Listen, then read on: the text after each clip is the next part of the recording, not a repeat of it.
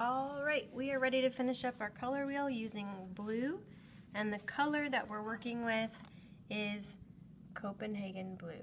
Copenhagen blue, and if that's hard to read, I've written it here for you. Copenhagen blue. All right, and that should be in the kit that I sent home with you. One thing I do want to say is it is so very important to this process that you are only using the 3 primary colors. Do not try working in the colored pencils in the secondaries, the orange, the green, and the violet. I can tell if that's done.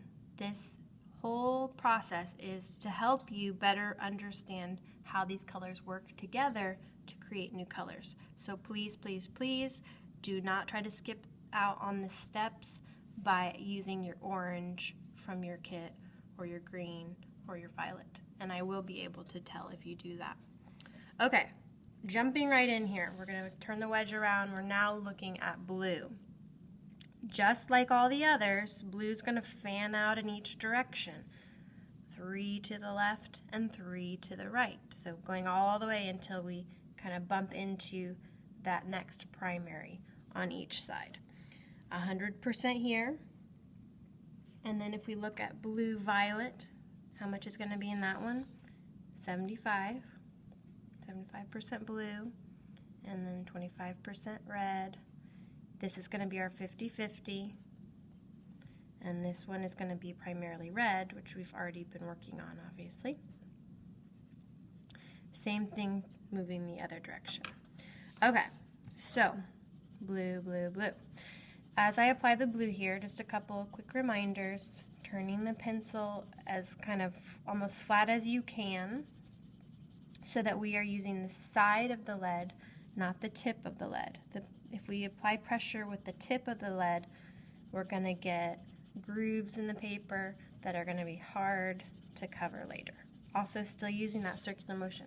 One thing you may notice is the longer you do this, the wider that edge of the lead appears, and it's actually going to speed up the process. You're going to be able to cover more surface area faster by doing this, using this side of the lead.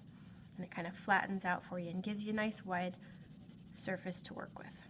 All right, so as I've said before, get that nice, even, light coat first, then start building up the pressure to get the heavier, deeper, richer color. This is really important. If you rush this process, it's really hard to undo it. If you get, you're going to end up with streakiness, you're going to end up with places where you can't get the colors to blend correctly, especially in those other wedges. So really take the time to do it right. It doesn't take that much longer, and it makes a big, big difference. All right. We're getting pretty close here. And as the more coats I get, the more pressure I can apply without worrying about damaging the paper or creating grooves. I know I'm going to spill over into the next wedges, so I'm not being super careful on each side, but I do want to be careful along the outer edge. And even when I'm getting into like a little corner, I'm still continuing to use the circular motion as much as possible. And you can actually rotate slightly the tip if you're trying to get a little bit more precise edge. Okay, so I kind of rotate that tip to make sure I get a nice precise edge there. This one is going to be 75 blue, so it can be a little bit heavy-handed, but I do want to definitely leave some room on the paper. Here's my 50%, so I need to be a little bit more careful. The blue is a very deep color, and red can hold its own to a degree, but it is still pretty easy for blue to kind of dominate the scene, so we want to be careful, especially as we get to red-violet. If you get too much blue down, it is very, very hard to fix that problem. So keep that in mind. Really, really, really light pressure here. Just trying to get the faintest layer of blue over that, and then I'm going to kind of work my way back, making sure that I'm applying a little bit more to the violet than I did to the red violet, but not too much. And rotating it around so I get a nice crisp, clean edge. And then last but not least, my blue violet, where I can be a little bit more heavy-handed. It doesn't look like much yet. That's okay. Just trust this technique when we're done. Okay, now I'm going to be moving to the yellow, and guys, I cannot stress this enough. It is so very important that we're careful with as we apply the blue, because blue is so heavy, so dominant, so dark in comparison to yellow, that once we get it too much applied, it is so hard to fix. In some cases, we just can't. And so really err on the side of caution. You can always go back and add more later, but in more cases than not, students struggle with having applied too much too early.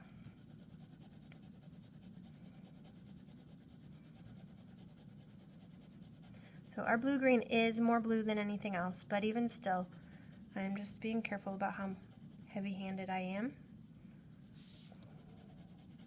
And I do like to move my pencil in different directions to try to really disguise my pencil stroke as best I can, even along the edges and corners. Okay, green, 50-50, but again, that's kind of 50-50 in theory rather than in practice, because it's going to take more yellow to hold its own against the blue. So I'm really not applying much pressure here. I'm just moving the pencil around, and I'm letting the tooth of the paper grab the lead and pull it onto the page. Okay. All right, this is the final wedge, and guys, this is the one everybody struggles with because it is so easy to go too dark here. Okay, I don't know if you guys can tell, but I am just barely moving that around, and I am less than applying pressure. I'm almost like holding back on the pencil a little bit because I just want to get the thinnest layer of blue on my wedge. Just the thinnest layer. I want it to be even, so I'm going to continue moving around the circle as best I can, but I want to just be so very careful not to get too much applied. All right, once I've got a nice even coat there, I'm going to move back to green and a little heavier, right? A little more. I definitely want to make sure I have more blue in my green wedge than anywhere else. Or not anywhere else, sorry, than I did in the yellow green. Gotta make sure I'm listening to myself talk. Okay, last but not least, blue-green, and of course this one is more blue than anything, but we still have to leave some room on the page.